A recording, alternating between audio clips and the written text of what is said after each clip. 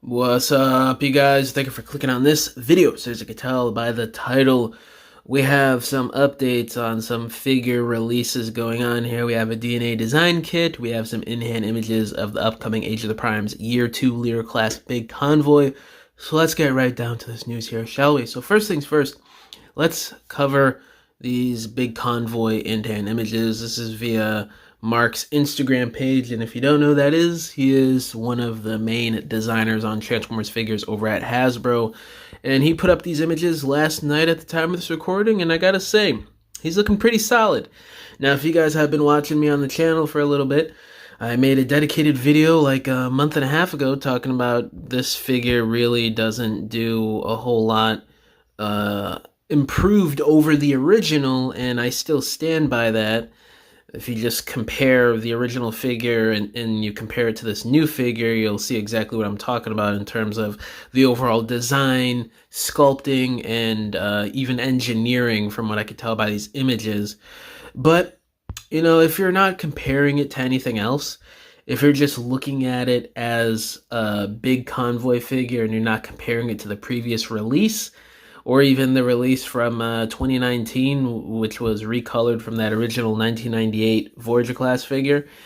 You know, it's good. It's good for what it is. You know, you got him compared next to Leo Convoy, which looks cool, and got him next to the recent Magmatron figure last year at Commander class, which was a fantastic figure. I love that figure, which looks cool, but, you know, I'm still keeping him next to the original Big Convoy.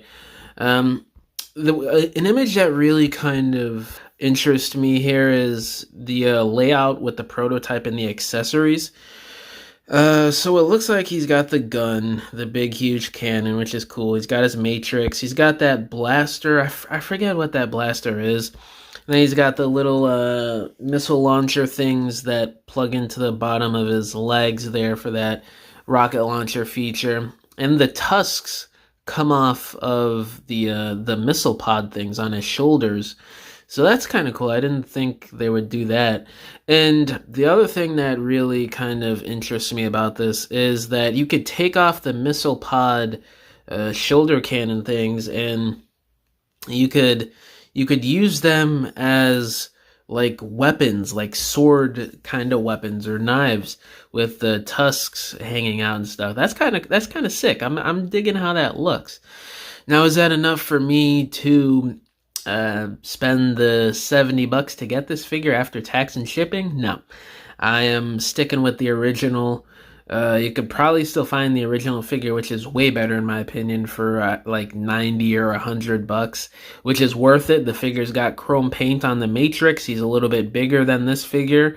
He's got a little bit more features, a little bit more engineering. And the only other thing that I see here that's improved is he has wrist swivel. It seems like everything else is the same articulation-wise. And they're kind of bragging about the whole butterfly joint thing, which is cool. It's nice that they included this for a leader class figure. I'm not denying that. But we've seen butterfly joints on figures before, especially even at like Deluxe or Voyager class over the years. And, you know, it's not like the original figure couldn't hold the Matrix with two hands. You could get him holding the Matrix easily with two hands with that original 1998 mold, and he didn't even really need the butterfly joint. There was enough room and there was enough plastic cut for the ball joint in his shoulders where it reached over his chest, and there was also an inward joint, a ball joint within his arms, where you could fold those in a little bit to get him to collapse the matrix with two hands, have him holding it a bit better.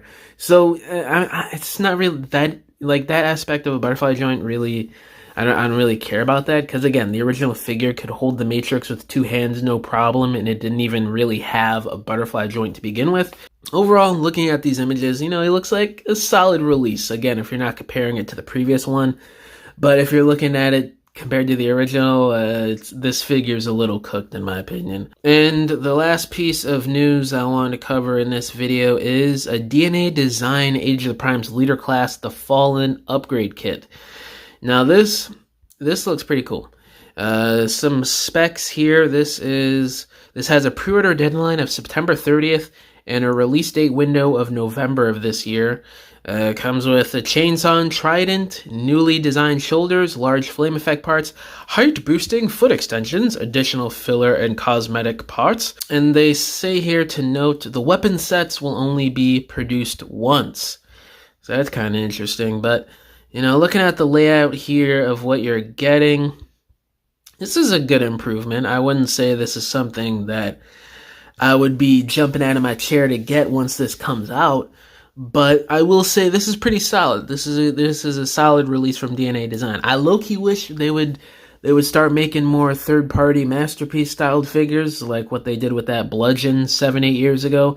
That Bludgeon DNA Design did was fantastic. I'm actually looking to get that figure at some point soon. So hopefully they do more figures one day, but I don't know. I kind of doubt it at this point. But, looking at what they come with here, you got the flame effects, some add-ons, some extra weapons.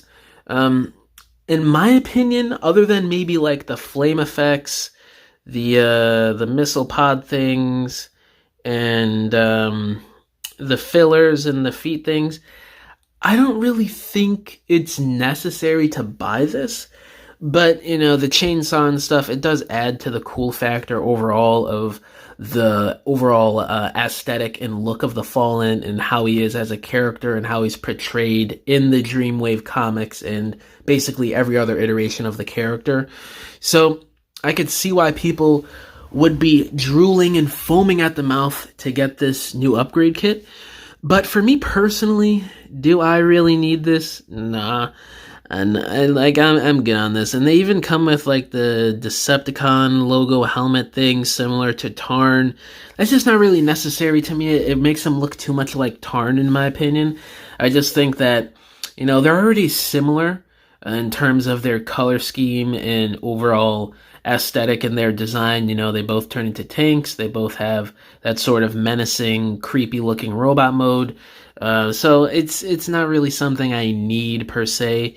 But I will say, everything involved with this does look pretty sick, especially that chainsaw and the extra bigger flames that you could add to this compared to what Hasbro gives you on the original release is really something special to look at. I wish there were more flames to put on him, like on his chest and midsection area and on his legs or something. That would be kind of cool, but it would be kind of overdoing it. I do kind of understand what they're doing here, but yeah, guys, that's pretty much it for this video. Just want to talk about some figure updates here. Let me know down in the comments below. Do you guys think the images Mark posted on his Instagram make the Leader Class Big Convoy coming out in a few months? Do you think it makes the figure look better or worse than before? And will you guys be picking up this Leader Class Fallen upgrade kit from DNA Design? Do you think it adds any value to this set? Or do you just think it's some extra add-on to waste money on and you don't really need it? And yeah, guys, thank you for watching this video. Catch y'all in the next one. Bye!